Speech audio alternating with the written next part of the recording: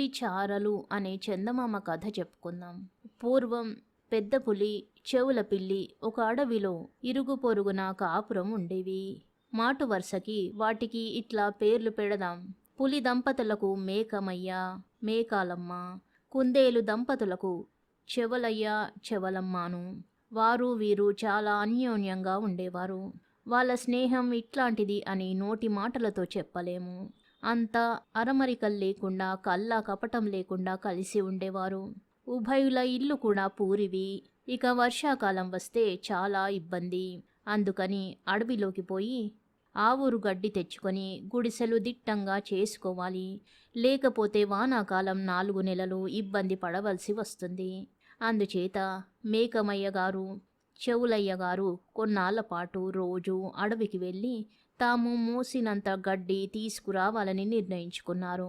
ఇక ఆ మర్నాటి నుంచి ఇద్దరూ చీకటితోనే చద్ది తిని మధ్యాహ్నం భోజనానికి ఫలాహారం పట్టుకుపోయి ఆ పగలంతా గడ్డి కోసి సాయంకాలానికి ఇల్లు చేరుకునేవారు. మేఘమయ్య గారికి పులిహోర అంటే భలే ఇష్టం. మరి చెవలయ్య గారు మేఘమయ్య గారికి ప్రాణ స్నేహితుడిగా ఆయనకు ఏది ఇష్టమో ఈయనకు అదే ఇష్టమన్నమాట. మేఘమయ్య గారికి భార్య పులిహోర ఫలహారం తయారు చేసి ఇస్తే చెపలయ్య గారికి ఆయన భార్యకు పులిహోరే తయారు చేసి ఇచ్చింది. ఎవ్వళ్ళ మూట వాళ్ళు చేత పట్టుకొని పొడుగాటి పిడి ఉండే కొడవళ్ళు ఇద్దరూ చెరొకటి భుజాన వేసుకుని మంచి శకునం చూసుకుని పనికి పోయారు.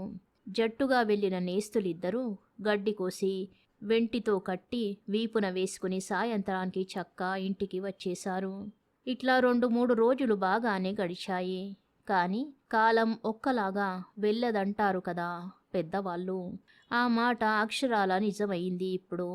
ఒక రోజున పులి దంపతుల మధ్యన ఏదో చిన్న పేచీ వచ్చింది. అది చిలికి చిలికి గాలివానైంది. మేకాలమ్మ వారికి మొగుడు మీద గొంతు వరకు కోపం వచ్చేసింది. నీ గడ్డి నీకు పెట్టి నీ రోగం చప్పగా కుదురుస్తానుండు అని ఆవిడ పంతం కట్టింది. అమ్మో, ఆడది అలిగితే ఇంకేమన్నా ఉందా? మగవాడు వాడి గడ్డి వాడు కరచక ఏం చేస్తాడు? కోపంతో కుమిలిపోతున్న మేకాలమ్మగారు మర్నాడు ఏం చేసిందో తెలుసా? పులిహోర లేదు, గిలిహోర లేదు. ఫలహారపు మూట నిండా గడ్డి గాదం కూరి పైకి కనబడకుండా గట్టిగా కట్టి మహాభక్తితో భర్తకి అందించింది. ఆ మూట పట్టుకుని మేకాలయ్య గారు ఎంతో ఉత్సాహంతో అడవికి వేంచేశారు. ఎండ మాడుస్తోంది. మధ్యాహ్నం 2 జాములయ్యేసరికి మేకమయ్య గారికి కడుపులో ఎలుకలు గంతులు వేయడం ప్రారంభించాయి. పాపం ఫలహారం తిందామని మూట తెచ్చుకొని చెట్టు కింద కూర్చున్నాడు. తీరా అది విప్పి చూసుకుంటే ఏముంది? అంతా గడ్డి. మరి ఏం చేస్తాడు ఇప్పుడు? ఆకలి దహించుకుపోతూ ఉంటే ఇక ఇది కాదు పని అని అటూ ఇటూ చూసి ఎదుట ఉన్న చెపలయ్య గారి ఫలహారపు మూట తీసి మెల్లిగా లొట్టలు వేసుకుంటూ అందులో ఉన్న పులిహోర కాస్త కాజేశాడు.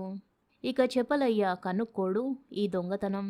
అందుకని మెగమయ్య మళ్ళీ జాగ్రత్తగా తన మూటలో గడ్డి వాడి మూటలో పెట్టి కట్టి తనకు ఏమీ తెలియనట్టు తప్పుకున్నాడు. ఇంతలో అలసిపోయిన చెపలయ్య గారు ఆ ఊరావురమంటూ ఫలహారం తిందామని వచ్చారు. మూట విప్పాడు. గబగబలాడుతూ ఆత్రంగా ఏముంది గనక అందులోకి ఉస్సూరుమంటూ పోయి ఆ దగ్గరే ఉన్న చెలమలో ఇన్ని చల్లనీళ్లు తాగి దప్పి తీర్చుకున్నాడు. కానైతే ఆ దొంగ పని చేసిందెవరు? ఈ ప్రశ్నతో చెపలయ్య గారి మనస్సు ఉడికిపోతోంది. సాయంకాలానికి పని ముగించుకొని ఉక్రోషంతో ఉరకలు వేసుకుంటూ కొంప చేరుకున్నాడు. చెపలయ్య గారు రాగానే భార్యను పిలిచి, ఏమే చెవుల పిల్లి, నీకిదేం పాడుబుద్ధి? ఫలహారపు మూటలో గడ్డి కట్టి ఇస్తావా? నాతో నీకు వేలాకోలమా? చూసుకో, నిన్ను డొక్క చీల్చి డోలు కడతాను అంటూ ఇంటికప్పు ఎగిరిపోయేటట్టు ఉరిమాడు పళ్ళు కొరుకుతో. అయ్యో దేవుడా, నేనే పాపము ఎరుగనండి. కమ్మటి పులిహోర చేసి కడితే గడ్డి కట్టానంటారేమిటి? ఎక్కడన్నా ఉందా ఇంత విడ్డూరం అని గోలెత్తింది ఆ అమాయకపు ఇల్లాలు చెమలమ్మగారు. సరే, ఆనాటికి సద్దుమణిగింది. ఆలు మగలు సమాధానపడి హాయిగా నిద్రపోయారు. మళ్ళీ ఆ మర్నాడు ఇదే తంతు జరిగింది. మెకమయ్య భార్య భర్త తెగులు కుదర్చడానికని సంచిలో ఇవాళ కూడా గడ్డే కూరి ఇచ్చింది. భార్యను మందలించుకోవడం చేతకాని మెకమయ్య ఏం చేస్తాడు? లోకువగా ఉండే చెవులయ్యని మోసం చెయ్యసాగాడు. ఇది గ్రహించక చెవలయ్య ఇంటికి పోయి భార్య మీద మళ్ళీ మండిపడ్డాడు. ఆమెను చంపుతానని కూర్చున్నాడు. అమాయకురాలైన చెవలమ్మ దేవుడి సాక్షిగా ఒట్టేసుకుని భర్తతో చివరకు ఒక మాట చెప్పింది. చూడండి, మీ మూటలో ఫలహారం తినేసి ఎవడో దొంగ రోజు గడ్డి కూరుతున్నాడు. మధ్యాహ్నం 12 గంటలప్పుడు పొంచి ఉండి ఆ దొంగ ఎవరో కనిపెట్టండి. కనిపెట్టి మెత్తగా తన్నండి. అంతేగాని ఉత్త పుణ్యానికి నన్ను అనుమానించి శిక్షిస్తానంటే నేనేం చేయగలను అని ఏడ్చి మొత్తుకున్నది. అవును, ఇది నిజమే కావచ్చునని తోచింది చెపలయ్య గారికి. మర్నాడు చెపలయ్య అడవికి వెళ్ళేటప్పుడు భార్య ఫలహారపు మూట విప్పి చూపి మరీ చేతికిచ్చింది. ఈ రోజున చెపలయ్య దృష్టంతా ఫలహారపు మూట మీదనే ఉంది. కానీ పని మీద లేదు. ఎట్లా అయినా దొంగని పట్టి తీరాలని అతని పట్టుదల. మామూలుగానే తన మూట ఆనవాలుగా దాచుకొని గడ్డి కోయనారంభించాడు. 1 గంట సేపు తర్వాత వచ్చి అవురు దుబ్బుల చాటున దాక్కున్నాడు. కాసేపటికి మధ్యాహ్నం అయింది. మెకమయ్య గారు వచ్చి మెల్లిమెల్లిగా చెపలయ్య మూటకి తలబడ్డాడు. మెకమయ్య చేసే చేష్టలన్నీ కల్లారా చూశాడు చెపలయ్య. అవురు దుబ్బ చాటున పొంచి ఉండి. ఆరి నీ దుంపదెగా, నువ్వేనా ఇంత గమ్మత్తు చేస్తుంటా? నిష్కారణంగా నా ఇల్లాలు మీద నేను అనుమానపడ్డాను. సరే కాని అని మనస్సులో కోపగించుకున్నాడు. మెకమయ్య మా నాన్న మెకమయ్య రోజులాగే పులిహోర తినేసి చల్లగా వెళ్ళిపోయాడు. చెపలయ్య మాత్రం తొందరపడలేదు. ఆ రోజున కూడా ఇన్ని నీళ్లు తాగి పొట్ట నింపుకున్నాడు. సాయంత్రం స్నేహితులిద్దరూ కలుసుకున్నారు. ఇవాళ చెలమయ్య మామూలు కంటే ఎక్కువ గడ్డి కోసి సిద్ధం చేశాడు. ఇక ఇద్దరు ఇంటి ముఖం పట్టి ఉన్నారు. ఇంతలో మెకమయ్య అడిగాడు, ఏం చెపలయ్యా, ఇవాళ అట్లాగున్నావేం అని. ఏం చెప్పేది బాబు, చలి జ్వరం ఎగేసుకు వచ్చింది. ఇవాళ ఎలా కొంప చేరుకుంటానా అని బెంగ పట్టుకుంది అంటూ జవాబు చెప్పాడు చెపలయ్య. మెకమయ్యకు కనికరం వేసింది.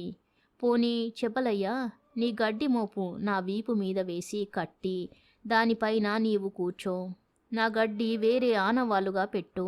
నేను నిన్ను ఇంటికి చేరుస్తాను అని సలహా చెప్పాడు. ఓహో మెకమయ్య, నీ ఉపకార బుద్ధి ఏమని చెప్పను. నిజంగా నువ్వు ఆపద్బాంధవుడివి. అన్నవైనా తమ్ముడివైనా నాకు నువ్వేను అని అనేక విధాలుగా కృతజ్ఞత తెలుపుతూ చెపలయ్య మూలుగుతూనే పులి వీపు మీద ముందు పులి కోసిన గడ్డి పరిచాడు. ఆ పైన తాను కోసిన 2 రోజుల గడ్డి పరిచి పక్కల్ని పైన దగ్గరగా వెంట్లు వేసి మెకమయ్య వల్లంతా కట్టేసి దానిమీద చెపలయ్య ఎక్కి కూర్చున్నాడు మహారాజులాగా. మెకమయ్య మెల్లిగా అడుగులు వేసుకుంటూ ఊరి పొలిమేర సమీపించాడు. అక్కడనే శ్మశానం. ఆ శ్మశానంలో ఒక శవం తగలబడుతూ ఉంది. చెపలయ్య మెకమయ్యకు తెలియకుండా దిగి అందులోంచి ఒక చిన్న కాలే కట్టెపుల్ల తీసుకొచ్చి మెకమయ్య వీపు మీద గడ్డికి ముట్టించాడు.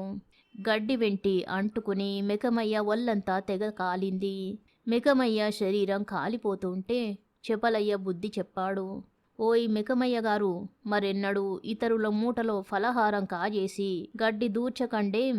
ఇట్లా చెబుతూ చెంగున దాటేశాడు చెపలయ్య.